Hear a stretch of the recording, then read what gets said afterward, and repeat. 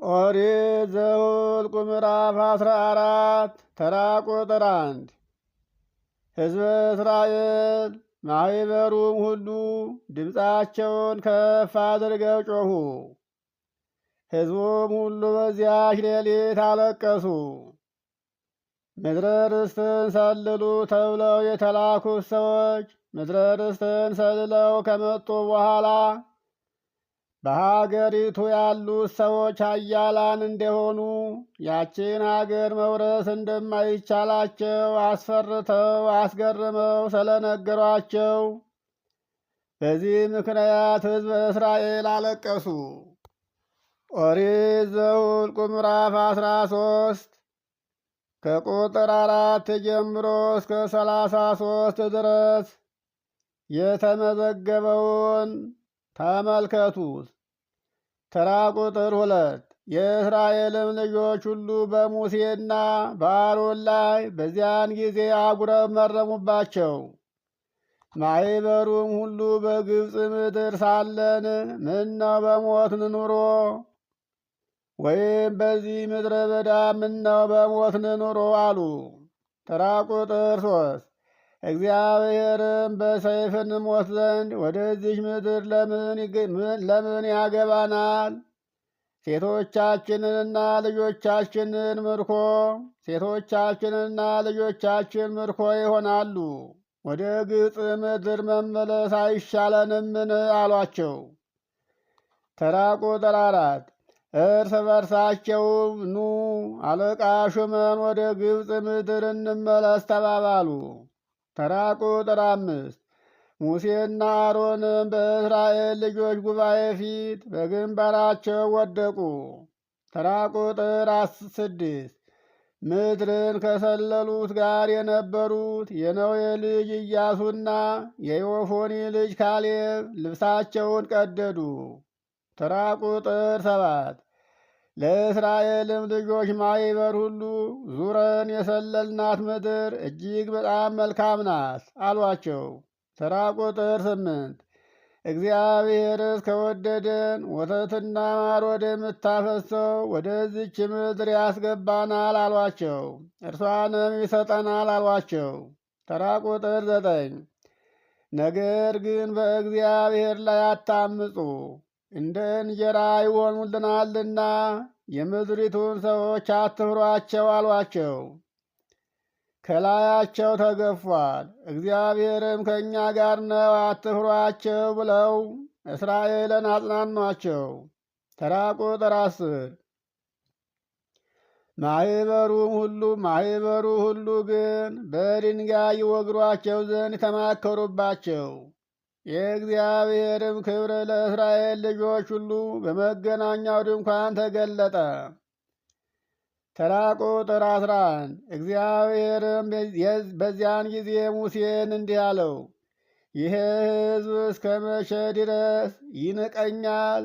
በፊቱስ ባደረግኩት ተአምራት ሁሉ እስከ መቼ ነው የማያምንብኝ?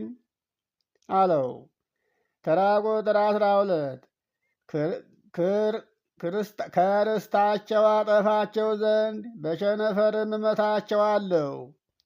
አንተንም ከእነርሱ ለይቼ ከዚህ ለሚበዛ ሕዝብና ለሚጠነክር ሕዝብ አለቃ አደርግሃለሁ አለው። ተራ ቁጥር 13 ሙሴም እግዚአብሔርን እንዲህ አለው፣ ግብፃውያን ይህን ነገር ይሰማሉ። ይህን ሕዝብ ከመካከላቸው በኃይልህ አውጥተኸዋልና። ተራ ቁጥር 14 ለዚችም ምድር ሰዎች ይናገራሉ፣ አንተ እግዚአብሔር በዚህ ሕዝብ መካከል እንደሆንክ ሰምተዋል። አንተም አቤቱ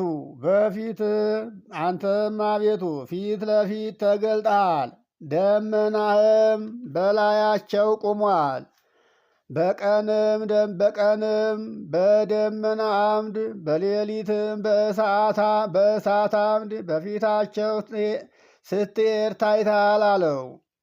ተራ ቁጥር 15 ይህንን ሕዝብ እንደ አንድ ሰው ብትገድል ዝናህን የሰሙ አሕዛብ እግዚአብሔር ይህንን ሕዝብ ወደ ማለላቸው ምድር ያገባቸው ዘንድ አልቻለምና በምድረ በዳ ገደላቸው ብለው ይናገራሉ አለው። ተራ ቁጥር 17ና 18 አሁንም እባክህ ሆይ እግዚአብሔር ሆይ አንተ ታጋሽና ምሕረትህ የበዛ አበሳንና መተላለፍን ይቅር የምትል ኃጢአተኞችንም ከቶ የምታነጻ የአባቶችን ኃጢአት እስከ 3ና እስከ 4 ትውልድ ድረስ በልጆች ላይ የምታመጣ ነህ አለው። እንደ ተናገር የጌታ ኃይል ታላቅ የጌትነትህ ኃይል ታላቅ ይሁን አለ። ተራ ቁጥር 19 ይህንን ሕዝብ ከግብፅ ምድር ካወጣኸው ጀምሮ እስከ ዛሬ ድረስ ይቅር እንዳልካቸው እባክህ አሁንም እንደ ምሕረትህ ብዛት የዚህን ሕዝብ ኃጢአት ይቅር በል አለ። ተራ ቁጥር 20 እግዚአብሔርም እንዲህ አለ፣ እንደ ቃልህ ይቅር እላለሁኝ አለ። ተራ ቁጥር 22 ነገር ግን እኔ ሕያው ነኝና በእውነት የእግዚአብሔር ክብር ምድርን ሁሉ ይሞላል አለ። ተራ ቁጥር 22 በግብፅ ምድርና በምድረ በዳ ያደረግኩትን ተአምራቴንና ክብሬን ያዩ እነዚህ ሰዎች ሁሉ 10 ጊዜ ስለተበታተኑኝ ነገሬን አልሰሙም አለው። ተራ ቁጥር 23 በእውነት ለአባቶቻቸው የማልሁላቸውን ምድር አያዩም። ከእነርሱም የናቀኝ ሰው ሁሉ ያችን ምድር አያያትም፣ አይረግጣትም፣ አይገባባትም አለው። ተራ ቁጥር 24 ባሪያዬ ካሌብ ግን ሌላ መንፈስ ከእርሱ ጋር ስለሆነ ፈጽሞም ስለተከተለኝ እርሱ ወደ ገባባት ምድር አገባዋለሁ አለ። ዘሩም የእሱም ዘር ያችን ምድር ይወርሳታል አለ። ተራ ቁጥር 25 አማሌቅና ከነዓናዊውም በሸለቆ ውስጥ ተቀምጧል። በነገው ተመልሳችሁ በኤርትራ ባሕር መንገድ ወደ ምድረ በዳ ሂዱ አለው። ተራ ቁጥር 26 እግዚአብሔር ሙሴንና አሮንን እንዲህ ብሎ ተናገራቸው። ተራ ቁጥር 27 የሚያጉረመርምብኝን ይህንን ክፉ ሕዝብ እስከ መቼ እታገሰዋለሁ? በእኔ ላይ የሚያጉረመርሙትን የእስራኤልን ልጆች ማጉረምረም ሰምቻለሁ አላቸው። ተራ ቁጥር 28 እንዲህ በላቸው፣ እኔ ሕያው ነኝና በጆሮዬ እንደ ተናገራችሁት እንዲሁ በእውነት አደርግባችኋለሁ ይላል እግዚአብሔር ብለህ ንገራቸው አለው። ተራ ቁጥር 9 በድኖቻችሁ በዚህ ምድረ በዳ ይወድቃሉ። የተቆጠራችሁ ሁሉ እንደ ቁጥራችሁ ከ20 ዓመት ጀምሮ ከዚያ በላይ የሆነ ሁሉ እናንተ ያጉረመረማችሁብኝ ሁሉ በዚህ በረሃ እንደ ቅጠል ትረግፋላችሁ በላቸው አለው። ተራ ቁጥር 30 ከዮፎኒ ልጅ ከካሌብና ከነዌ ልጅ ከኢያሱ በቀር በእርሷ አስቀምጣችሁ ዘንድ እጄን ዘርግቼ ወደ ማልሁላችሁ ምድር በእውነት እናንተን አላስገባችሁም፣ አትገቡም፣ በምድረ በዳ ትቀራላችሁ እንጂ በላቸው አለው። ተራ ቁጥር 31 ምርኮኛ ይሆናሉ ያላችኋቸውን ልጆቻችሁን እነርሱን ግን አስገባቸዋለሁ። እናንተም የናቃችኋትን ምድር እነሱ ያዩዋታል፣ እነሱ ይወርሷታል አለ። ተራ ቁጥር 32 እናንተ ግን በድኖቻችሁ በዚህ በምድረ በዳ ወድቀው ይቀራሉ አላቸው። ተራ ቁጥር 33 ልጆቻችሁም በምድረ በዳ 40 ዓመት ይበዘበዛሉ፣ በድኖቻቸውም በምድረ በዳ እስከሚጠፉ ድረስ ግልሙትናችሁን ይሸከማሉ አላቸው። ተራ ቁጥር 34 ምድርቱን የሰለላችሁባት ቀን ቁጥር 40 ቀን፣ ስለ አንድ ቀንም 1 ዓመት ኃጢአታችሁን 40 ዓመት ትሸከማላችሁ፣ ቁጣዬንም የንጃን ጊዜ ታውቃላችሁ አላቸው። ተራ ቁጥር 35 እኔ እግዚአብሔር በእኔ ላይ በተሰበሰበ በዚህ ክፉ ማኅበር ሁሉ ላይ እንዲህ አደርጋለሁ ብዬ ተናገርሁ። በዚህ ምድረ በዳ ያልቃሉ፣ በዚያም ይሞታሉ።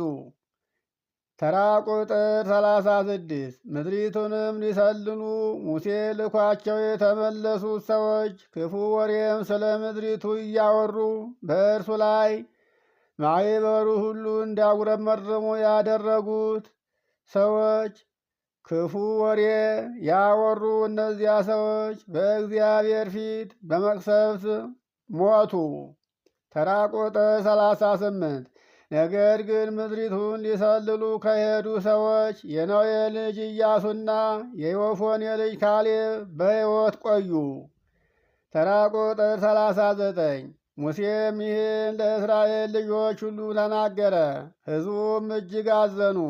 ተራ ቁጥር 40 በበነጋውም ማልደው ተነሱ፣ ወደ ተራራውም ራስ ወጥተው እነሆ መጣን፣ እኛ በድለናልና እግዚአብሔር ወዳለው ስፍራ እንወጣለን አሉ። ተራ ቁጥር 41 ሙሴም እንዲህ አለ፣ የእግዚአብሔርን ትእዛዝ ለምን ትተላለፋላችሁ? አይጠቅማችሁም አላቸው። ተራ ቁጥር 42 እግዚአብሔር በእናንተ መካከል አይደለምና በጠላቶቻችሁ ፊት እንዳትወድቁ አትውጡ አላቸው። ተራ ቁጥር 43 አማሌቃዊና ከነዓናዊ በፊታችሁ ናቸውና በሰይፍ ትወድቃላችሁ፣ ትሞታላችሁ፣ አትሂዱ አላቸው። እግዚአብሔርን ከመከተል ተመልሳችኋልና እግዚአብሔር ከእናንተ ጋር አይሆንም አላቸው።